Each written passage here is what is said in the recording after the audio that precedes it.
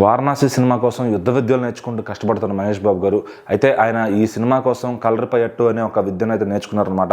అది పురాతనంగా కేరళ వాళ్ళ ఆచారంలో వస్తున్న యుద్ధ పట్టు అనమాట అది. సో దాన్ని నేర్చుకున్నారు ఆయన ఈ సినిమా కోసం.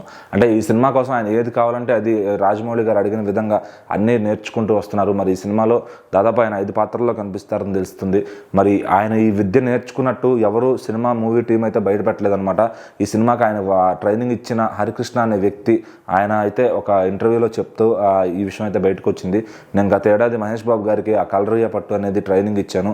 సో చాలా బాగా మహేష్ బాబు గారు నాకంటే పెద్దవారు వయసులో, కానీ ఆయన నన్ను గౌరవించిన విధానం కానీ, నేను చెప్తే విని నేర్చుకున్న పద్ధతి కానీ, అంటే నేను ఎలా చెప్పినా కూడా ఆయన కంఫర్టబుల్గా చేశారు.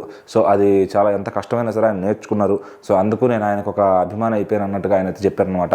సో ఈ విషయం ఆయన చెప్పేదాకా ఇట్లా ఆయన నేర్చుకున్నారని ఎవరికి తెలియదు. సో మూవీ టీం వాళ్ళు కూడా అది నేర్చుకున్నట్టు కానీ దాని గురించి అక్కడ వార్తలు తీసుకోవడం కానీ తేలేదనమాట. సో మరి వారణాసి సినిమా కోసం ఆయన లుక్ కానీ, ఆయన బాడీ లాంగ్వేజ్ కానీ అంతా కూడా ఫుల్గా ప్రిపేర్ చేసుకున్నారు. ఆల్మోస్ట్ 1 ఇయర్ టైం తీసుకున్నారు ఈ సినిమాకి ఆయన రెడీ అవ్వడానికి. మరి షూటింగ్ కూడా స్టార్ట్ అయిపోయింది. వేసవికాలం 2027కి అయితే ఈ సినిమాని తీసుకురావాలని ప్లాన్ చేస్తున్నారు. సో మరి రాజమౌళి గారు అట్లాగే దీనికి దాదాపు 120 దేశాల్లో ఈ సినిమాని రిలీజ్ చేయాలని కూడా ప్లాన్ చేస్తున్నారు. అంటే హ్యూజ్ స్కేల్లో హ్యూజ్ రిలీజ్లో వస్తుంది. పాన్ వరల్డ్ అంటారేమో బహుశా దీన్ని. మరి వారణాసి సినిమా మన మూల కథతోనే వచ్చి పాన్ వరల్డ్ని ఎలా షేక్ చేస్తుంది, ఆ విజువల్స్ ఎలా ఉండబోతున్నాయి, మరి జేమ్స్ కెమెరూన్ అనే డైరెక్టర్ కూడా ఆయన ఛాలెంజ్ విసిరబోతున్నారు ఈ సినిమాతో.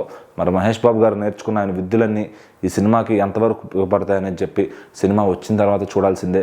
సో మరి దీంట్లో పెద్ద పెద్ద ఆర్టిస్టులు అందరూ కూడా చేస్తున్నారు. మలయాళం నుంచి పృథ్వీరాజ్ కుమార్ గారు, హిందీ నుంచి ప్రియాంక చోప్రా గారు. సో ఇట్లా మరి ఏదేమైనా కానీ మొత్తం మహేష్ బాబు గారి కష్టం అనేది అయితే ఇక్కడ ప్రతి దశలోనూ కనబడుతుంది. మరి ఆయన పడిన కష్టానికి ఫలితం ఏ విధంగా వస్తుందనేది చూడాలి.